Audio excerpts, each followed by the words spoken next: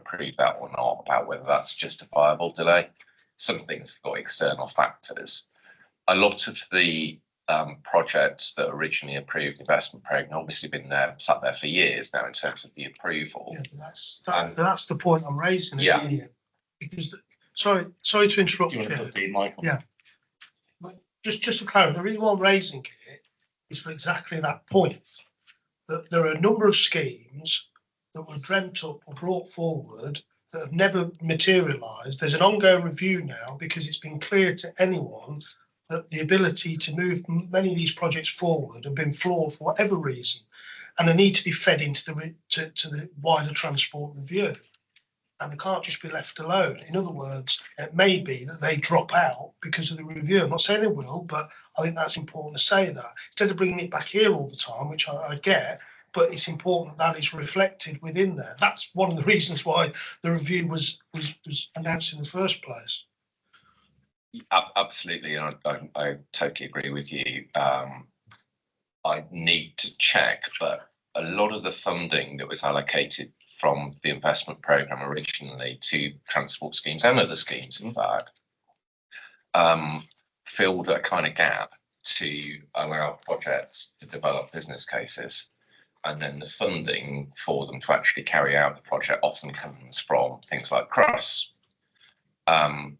The reason that was important, or the decision was originally made, I wasn't obviously around in those decisions, but I have observed this, is that quite often if you go to the likes of DfT and say, I'd like funding for this project, the case you have to prove, the amount of work that had to be done and the number of consultants, etc., you'd need to get in, it's so detailed that local authorities were in a position that they couldn't fund that and get it further advanced. So the investment programme filled that gap of providing funds for a SOC or for an outline business case to actually build the case and then attract in other funds. So we've got quite a lot of projects that did that and then led on.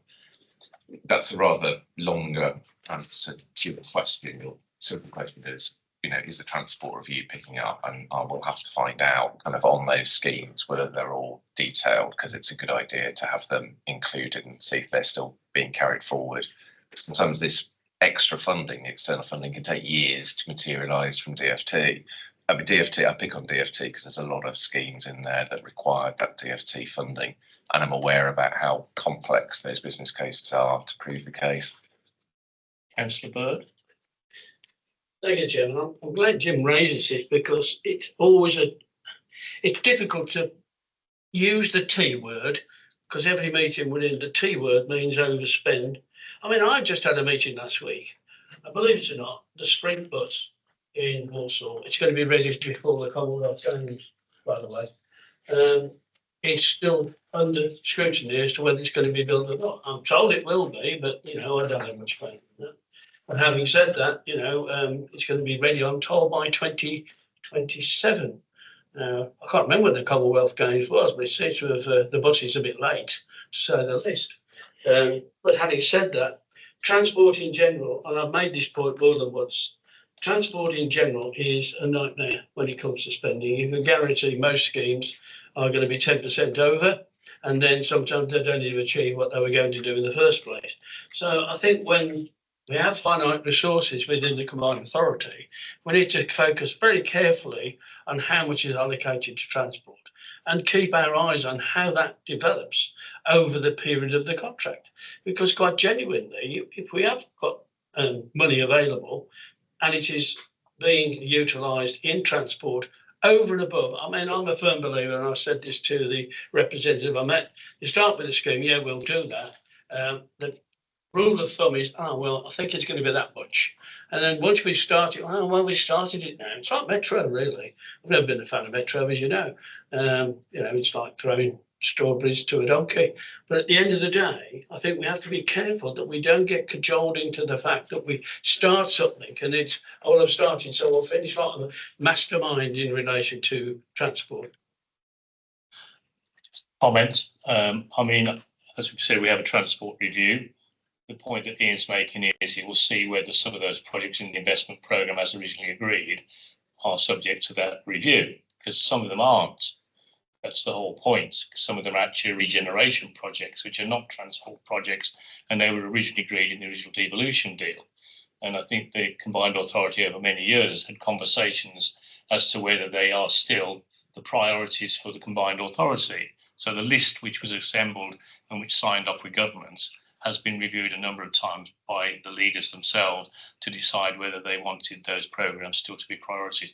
I think the transport issue is somewhat separate, but I think the answer is Ian will bring back, if he can, something with regard to whether those projects are in the transport review, and that will give us the answer to that question. Councillor Bourne.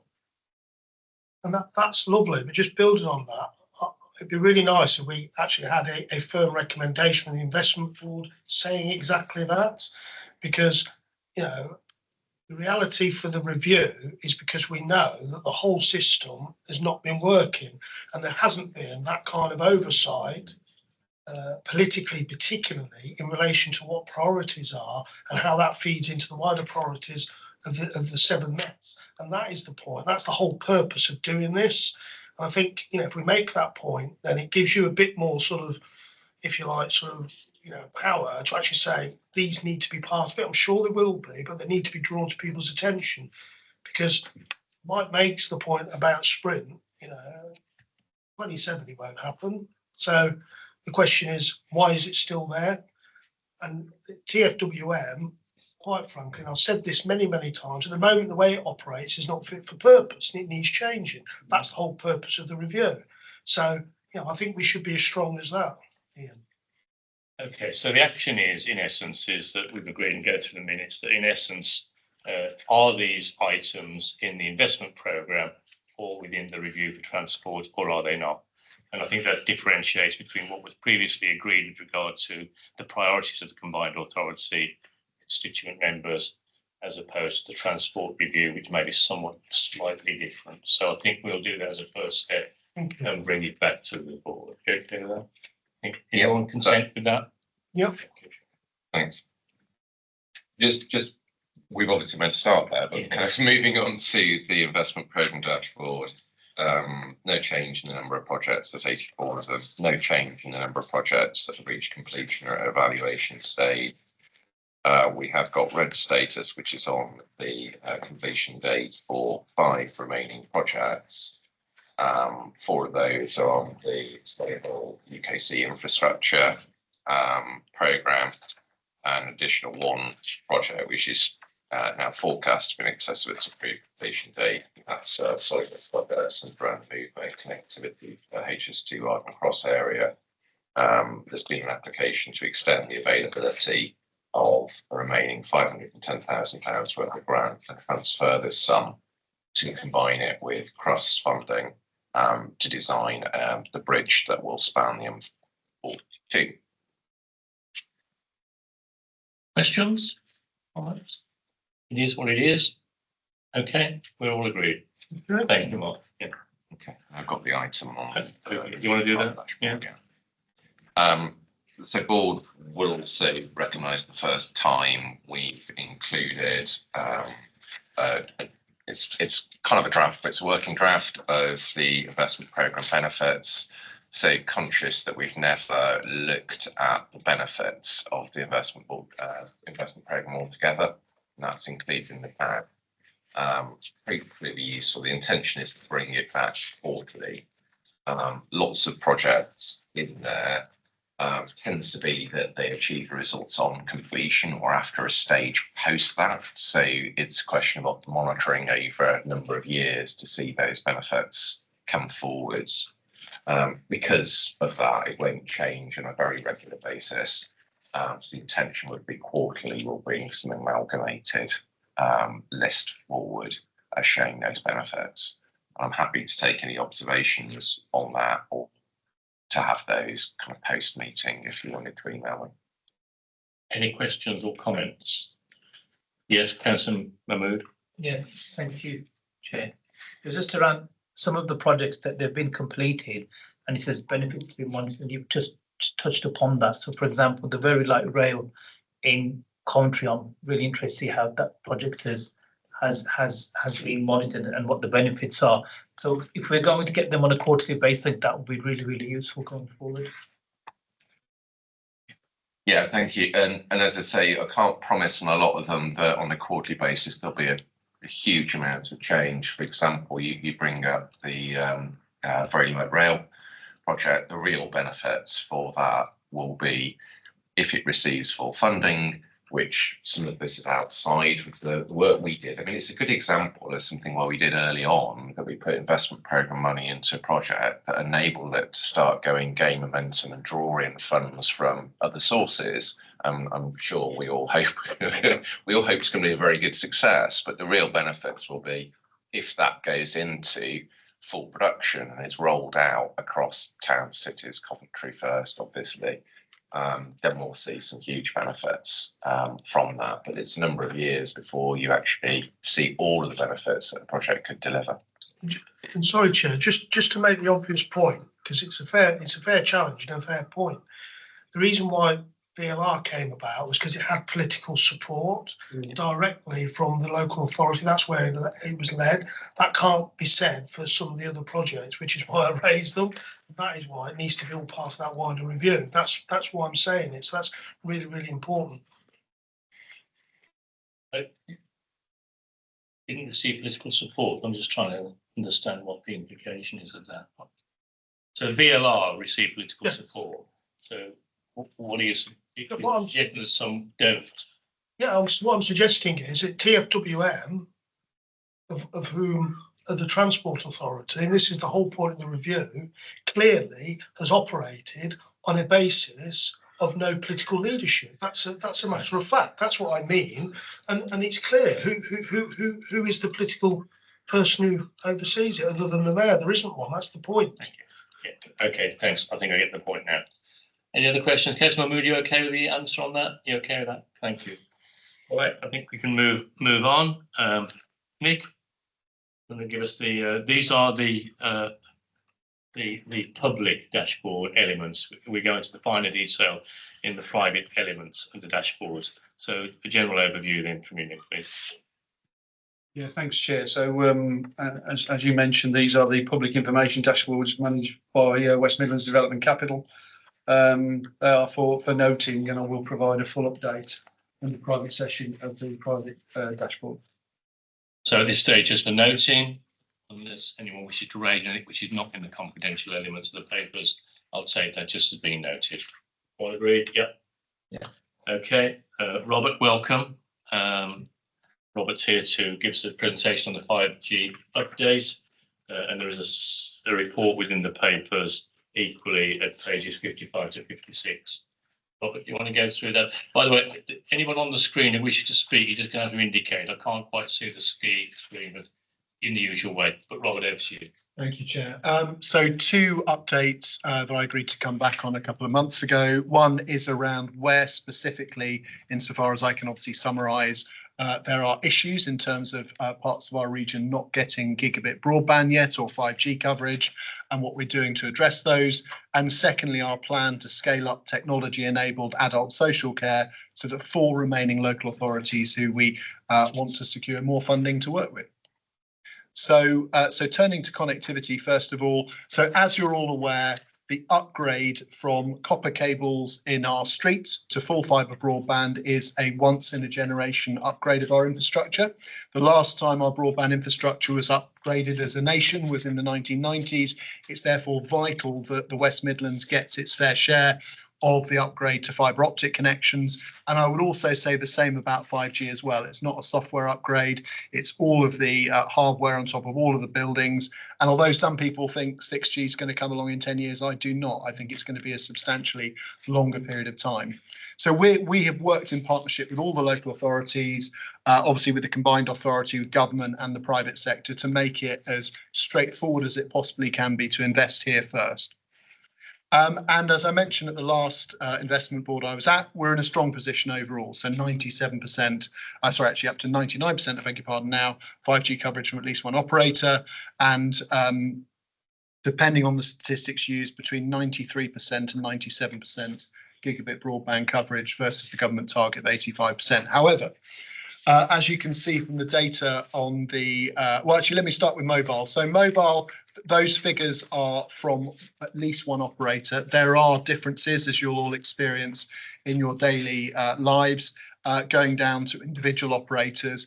We have a very effective relationship, which we've developed over a number of years with the local authorities, with the operators, to work on the areas that don't have coverage, which are called not spots in the sort of language of the industry. So although I think the figures on the left are slightly misleading when you look at it across all the individual operators, I think we're still in a strong position, and I wouldn't draw out any concerns in terms of how we're working on the mobile side. Where I do have some residual concerns, and you'll see on the next few slides we're taking action though, is on the remaining gaps in broadband. So we've got about 100,000 homes, so about 250,000 people who live in places that don't yet have gigabit broadband and are unlikely to get it in the next 3 years. That worries me because we're already seeing the private sector slowing down their investment in broadband, and the risk is if they don't get it soon, they might not get it for quite some time. So government has a fund, as you'll be aware. It's one of their largest capital programs called Project Gigabit, and essentially we have been working with them over the last 2 or 3 years to lobby to make sure that more of that money is spent in the West Midlands. We haven't had our fair share of that investment, with the exception of some parts on the outskirts of Coventry. The fundamental issues here, I mean, there's 2 big sets of issues. One is around way leave agreements, because many of these premises, it's really hard to see on the map. I apologise for that, but it's very hyper localised where these premises are. But you can sort of see really a lot of the clustering of the black dots really around the cities. And that reflects the fact that many of these are MDUs, are blocks of flats effectively, and getting the right agreement in place with the landlords to access the blocks of flats, things like fire prevention that's happening at the moment due to lessons from Grenfell and other things, it is a practical thing. But we're working very effectively with the local authorities to address that. The bigger issue that we can't address by ourselves is what they call buried cables, I beg your pardon, buried cables. And basically what it is, in the 80s and 90s, because it was cheap to do, BT Openreach put the broadband cables in concrete rather than sticking them in ducts in the ground. And that completely changes the economics, because rather than pulling a fibre optic cable through a duct, you've got to literally hack up the pavement and reset the whole thing. So that's where we need government support. So very simply, there are 3 things we're doing. So the first one, which is an interim measure, we estimate it will solve about 5% of the problem. So it's not going to solve all of it, but it's a start. Is what they call broadband vouchers. Broadband vouchers, kind of as the name suggests, are funding that broadband providers can apply for where there are areas of market failure to cover the gap. We have drummed up £5 million worth of bids to address, as I said, roughly in the order of about 5,000 premises in the region. We've got 1 bid from an operator that's very close to getting approval, but I am worried that the government hasn't put enough money into broadband vouchers. So we're sharing about £2 million of funding with Manchester, with other cities. It's nowhere near enough, but we think they're going to increase that pot, and we're just pressuring them a bit now to increase the approvals. As soon as we've got our first £1 million approval done, then I think that will be something we'll be seeking to see if we can do some PR on and encourage others in. So that's looking positive, a bit more to go. Secondly, though, to address the remaining sort of 80 or 90%, we do need government to reopen what they call Lot 35 of Project Gigabit, which is the funding to address buried cables and other market failures in Birmingham and the Black Country. Lot 35 has been on hold for 2 years. Because the government have said they've had inconclusive data. Well, I simply don't agree with that anymore. We've had 2 years of data from surveys, and it consistently shows about 100,000 premises in the region not getting gigabit broadband. So the Mayor has very kindly written to the Minister of Telecoms a few weeks ago to point this out and to ask support that it's reopened. We received a response a couple of days ago. It's a bit vague and inconclusive, I think, is probably a fair summary of it. So it's something that I think government have indicated they're considering as part of the budget for following financial years, but I remain very concerned that we may not get that funding. And then we have a technical issue here. Oh, apologies. We have a private paper on some of these matters, which we need to go into private for. So I don't want to stray into the private agenda elements, to be honest with you. So I think we Apologies, need- let me wrap up then, yeah. yeah, so. Yeah. Just give us the headlines. It came back on the basis that Yeah. the board asked you to come back with regard to elements that they wanted clarification on. Key places of their gigabyte connection, 5G coverage, and confirm plans to scale tech-enabled social care beyond the existing 3 local authorities. Those were the key elements that was Yeah. brought back. So can you just summarise on those? So, And then I'm going to go into private to cover the private. yeah, no, apologies. So very quickly, this is in the public section, this slide. So very quickly, broadband vouchers looking good. Gigabit lot 35 uncertain, and but we are working with all of the projects that the combined authority is leading to make sure that affordable, fast, affordable broadband and mobile is part of all the new infrastructure we're building. And then this is all in the public section, Chair.